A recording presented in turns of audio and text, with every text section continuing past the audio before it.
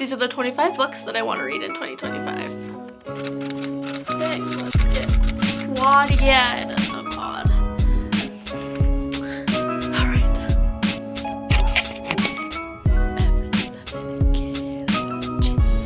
Okay. Here are 2020. No. Why? I picked out 25 books that I want to read in 2025. Who knows if I'll even get to all of these books. I know I'm not. But this is me shooting above and beyond. I wrote it in my notebook, tore this page out of my notebook so I could tell you guys about it. Without further ado, let's get into it. This list is in no particular order whatsoever. I sat down and I was jotting and jotting and jotting. So, let me get my water. I need my water.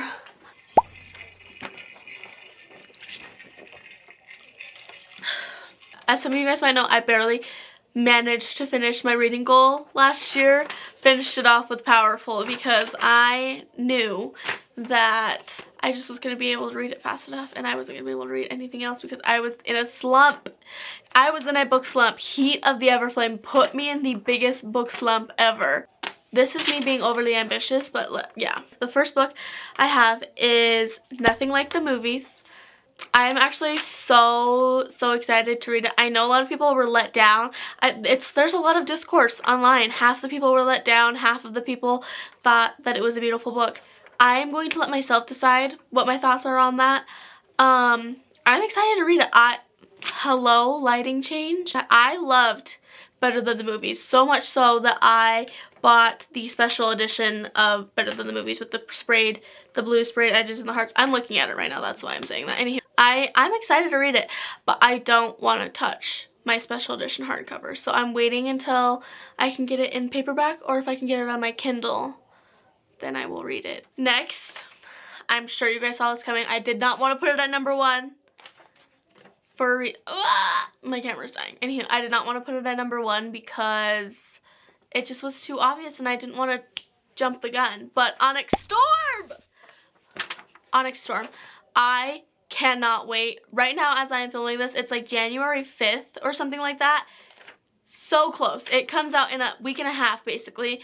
I am so excited. I have so many theories running through my brain. My 3 bestest friends all read Fourth Wing and Iron Flame, and we have been talking theories back and forth, and I can't wait for it to come out. And you best believe that my ass is gonna be at Target Tuesday morning at 8 a.m.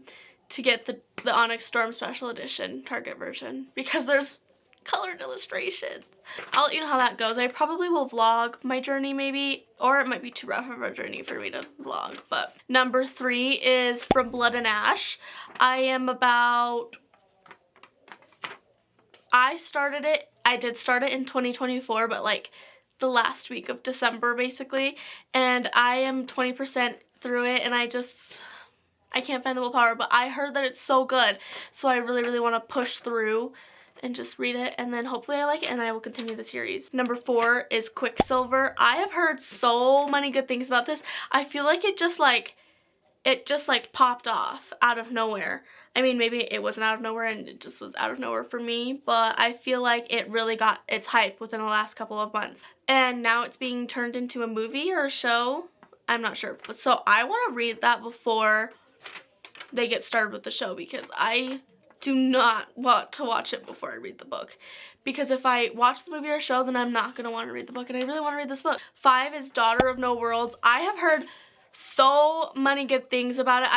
I can't wait. I don't know what else to say. I probably am saying the same thing like for every single one of these books, but it's just my feelings. That's how my feelings are. 6, Phantasma. I have absolutely no clue what it's about.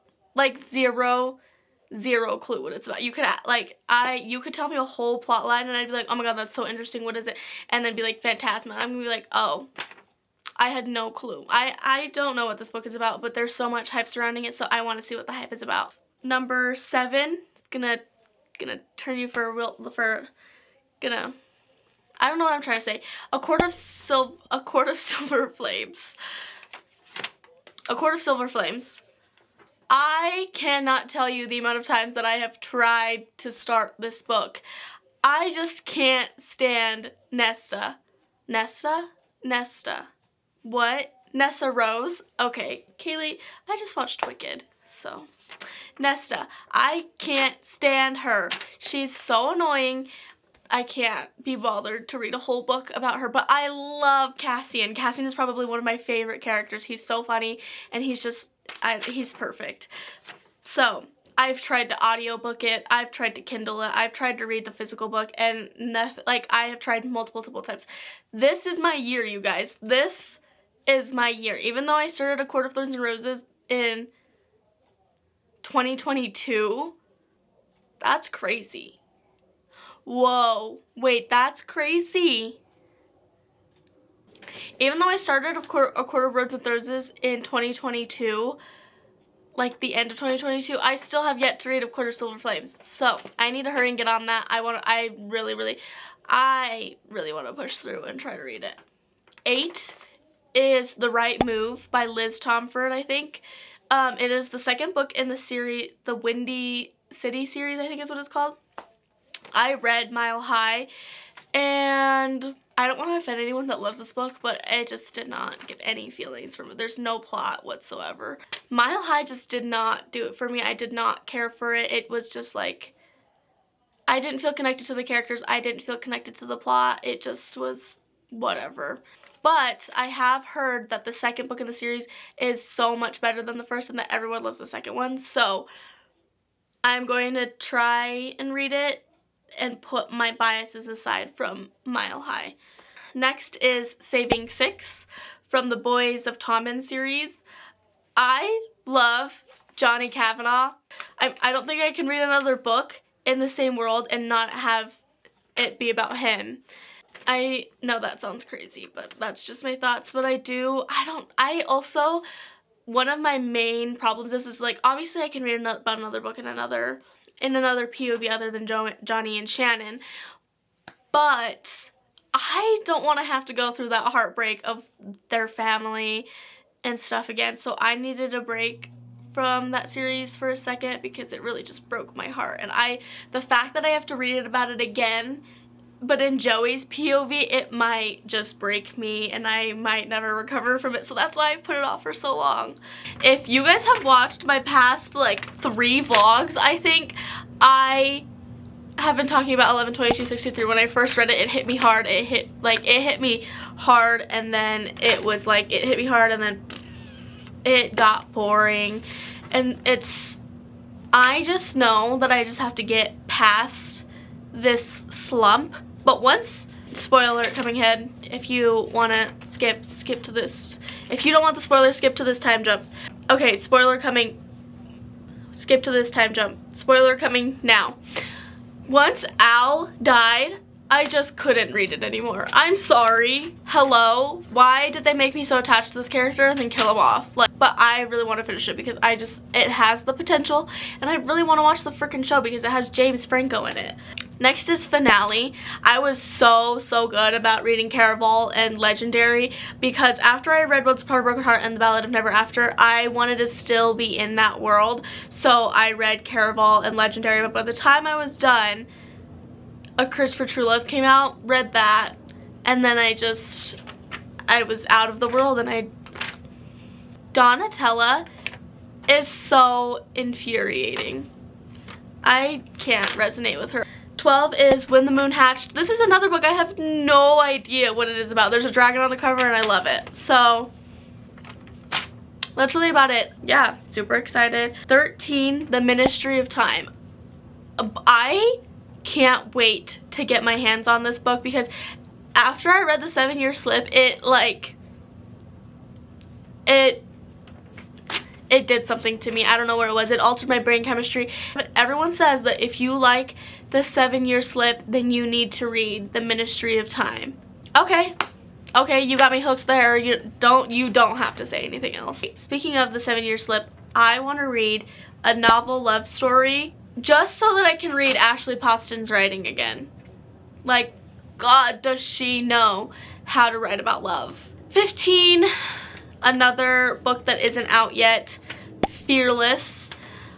After I read Powerful, I really wanted to get put back into that world. Reckless wasn't as good for me as Powerless. I mean, in different ways. Like, hear me out. Powerless, it had all the plot. It had the action. Like, it had everything. It had the loopholes. It had the plot twist. It was crazy. Reckless felt kind of like filler, but like not in a bad way, because oh my, the banter was bantering. It made me understand the hype around Kai. Like, I love Kai Asher. That man has a way with his words. The way that he just spits out poetry about love is insane. I love that man. That banter is, oh, so I can't wait for her to I can't wait to see how she finishes this up. 16, tomorrow. Another book that I'm just here for the hype. I just want to know. The thing is, I will read these hyped up books just because I want to form my own opinion on it. I will know nothing about the book. Yeah, I just want to be able to form my own opinion on it, so when I see it, I can know what my thoughts are. 17, I want to read ASAP by A-C-O. I don't know how to. I read her first, I think it was her debut novel, XOXO, and I loved it. I thought it was so sweet and wholesome and adorable, and it hit all the right spots, and as a former Wattpad girly, it really just was perfect for me. So I want to read ASAP because I think it's from her friend's POV. And then 18, I want to read Book Lovers by Emily Henry. I want to get on the Emily Henry hype train. I have just unfortunately or fortunately really been into fantasy this year, so I haven't really let myself want to step foot in a normal world. But I think, you know, when I'm not feeling fantasy, I could pick it up. 19, Tangled Up in You by Christina Lauren. Tangled is one of my, I would say, my favorite Disney princess. Not my favorite I mean, I guess Anastasia is now a Disney princess since Disney bought Sony. So I would say Tangled is my second favorite Disney princess, but putting aside Anastasia, she'd be my favorite OG Disney princess. Yeah, I love Tangled, so I want to read about, I think it's a Tangled retelling. I hope it's a Tangled retelling. Okay, 20, Crying in H Mart. I've had this book for a while now, actually, and I haven't read it yet. Sometimes I don't want to read about a romance. Like, it's my best friend. She's reading Keeping 13 right now, so yeah, sometimes I'm not in the mood for a romance, like a mushy gushy romance, and I do want to sometimes I just want something a little bit heartbreaking. 21, Never by Jessa Hastings. I love Jessa Hastings' writing. Hey, sorry about that, my camera died. 22, also going along with, 22, In the Tunnel. I think it's a historical fiction. I remember that when I was in school, like literally in elementary, middle school, and high school, I read a lot of historical fiction books and I really liked them on my own time. It wasn't like class time that I would read these historical fiction books. So I want to see, now that I'm an adult, if I would like historical fiction still. 23, The Fine Print. I just want to start. I've had this book for nearly a year and a half and I have not started it yet, so I want to start that. 24, I'm kind of divided between two books, but it's by the same author, The Nightingale and The Woman by Kristen Hanna. Once again, it's kind of, the historical fiction, but also I just feel like I need to read a book that's like woman empowering, you know? And then the last book I have on my list is number 25, Apprentice to the Villain, which is the second book to Assistant to the Villain. I am actually excited to read this. Assistant to the Villain didn't really call to me like it did, but it didn't at the same time, so I'm excited to read that. I think I kind of want to audiobook it because I think the audiobook is much funnier than reading it. So Okay, so those were my 25 books that I want to read in 2025. Let me know if you've read any of these and like what you thought about them, or if you want to read any of them and we can read it together. I'll see you guys in my next video. Bye.